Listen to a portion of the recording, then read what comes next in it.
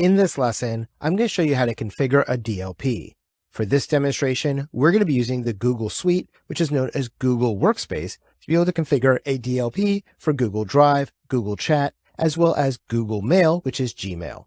Now, if you're using Office 365, it's a very similar process, and I don't want you to worry too much about the exact specifics of what I'm doing, but really focus on the concepts and how DLP works and is configured using the setup wizards.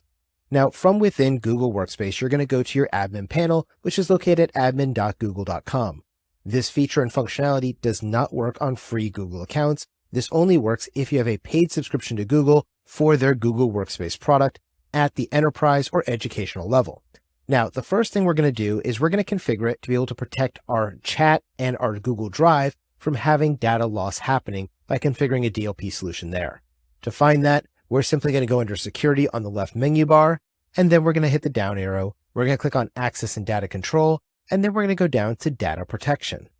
Once you click on Data Protection, the Data Protection screen will load. From here, you can get information about your drive as well as your chats that are being blocked or not blocked based on the existing DLP solution. So you can see here, by default, Google already has a DLP solution in place, and it's looking for things like email addresses, phone numbers, gender identity, and other things like that. You can notice here that we have 17.5% of our drive files marked as being sensitive and being shared externally by their data type based on October 6th when we had the scan run last of all of our files, which has over 300,000 files. As you can see here, email addresses are by far the most common thing that are being flagged here in DLP, because a lot of our stuff uses email addresses as an example, like support@diontraining.com on some of our slides and things like that we use in our classes. Now, underneath this, you're going to see that we have different rules that are recommended for your organization. In this case, they're saying we should prevent sharing global email addresses, and we can review that recommended rule and implement it if we wanted to. So for example, if I go over here and click on the Review Recommended Rule, it will bring up the template for it, which is already configured, and it's telling me, hey, this is already set up. All you have to do is accept it, or you can edit this rule. And what we're looking for here is anything that looks like an email address that's being sent outside of our organization.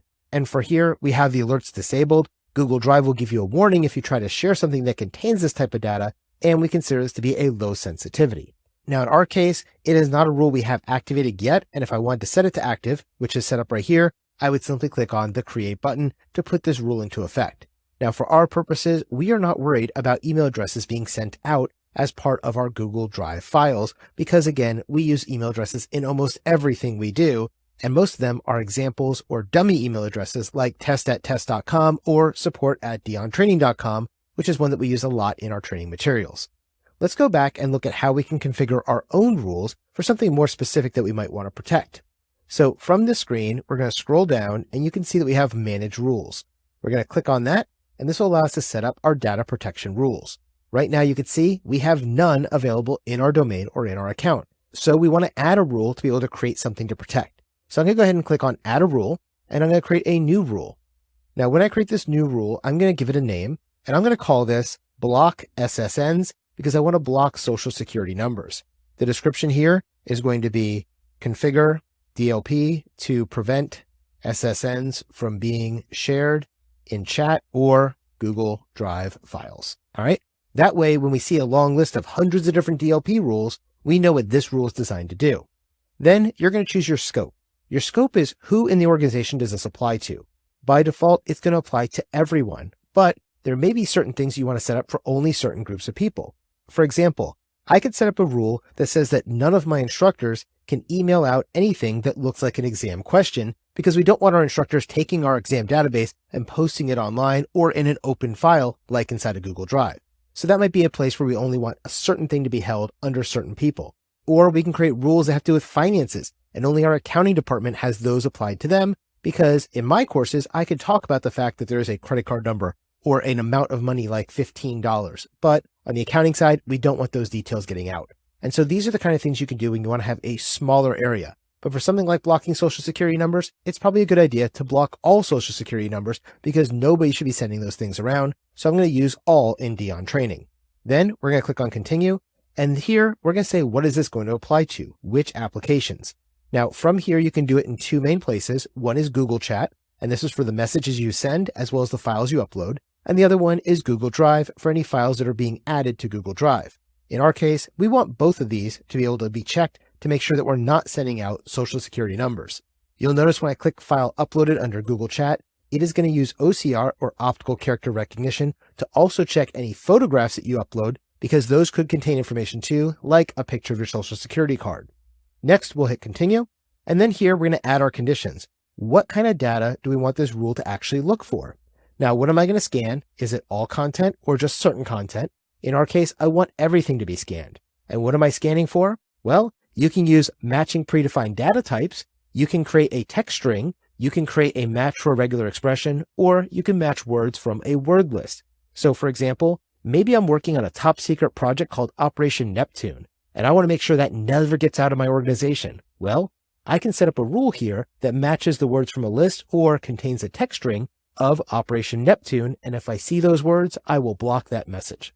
Now in our case, we're trying to block social security numbers, and that is one of the predefined data types. So I'm just going to select that.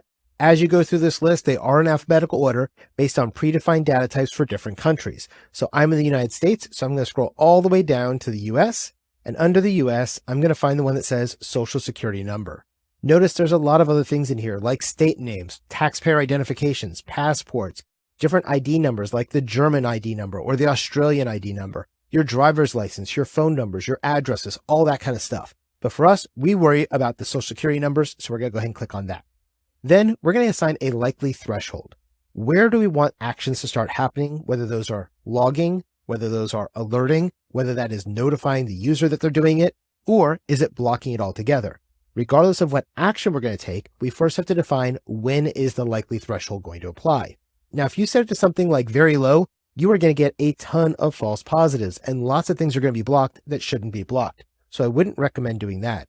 Generally, if it's something like a social security number or a phone number, I will set it to high or very high. Some people will go down as far as medium, but for me, I like to set it at least at high. Otherwise, you're going to have a lot of false positives and a lot of work for you to look through. And then you're going to look at the minimum number of unique matches and the minimum match count. In both of these cases, 1 is set as the default value, so I'm going to go ahead and leave that there. Now, we have this set up to search for US-based social security numbers. If we have a high or very high likelihood of a match, we will then take some action. So we can tick on continue. We will now define what action that is. And we're going to do this for each of those two applications. First, we have Google Chat. If somebody types in a social security number in Google Chat, what do we want to happen? Do we want to warn the user? Do we want to block the message? Or do we want to audit, which means we're just going to log that thing and tell our system administrators about it? Again, depending on what you're trying to accomplish with DLP, you want to make a